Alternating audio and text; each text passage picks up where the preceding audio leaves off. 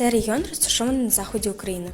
Перша письмова згадка про нинішній обласний центр датується 13 століттям, що свідчить про його давню історію. Тут поєднуються старовинні храми, театри та сучасне міське життя. Місто Острог – історичний та культурний центр. У 16 столітті тут було засновано Острозьку академію – один із найстаріших вищих навчальних закладів Східної Європи.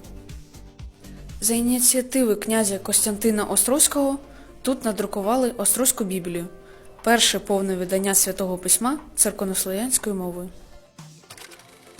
Поблизу селища Клевень ховається тунель кохання, утворений переплетінням дерев над залізничною колією. Це місце вважається одним із найромантичніших в Україні. Область славиться своїми лісами, річками та заповідниками. Тут збереглися унікальні куточки незайманих поліських боліт і дикої природи.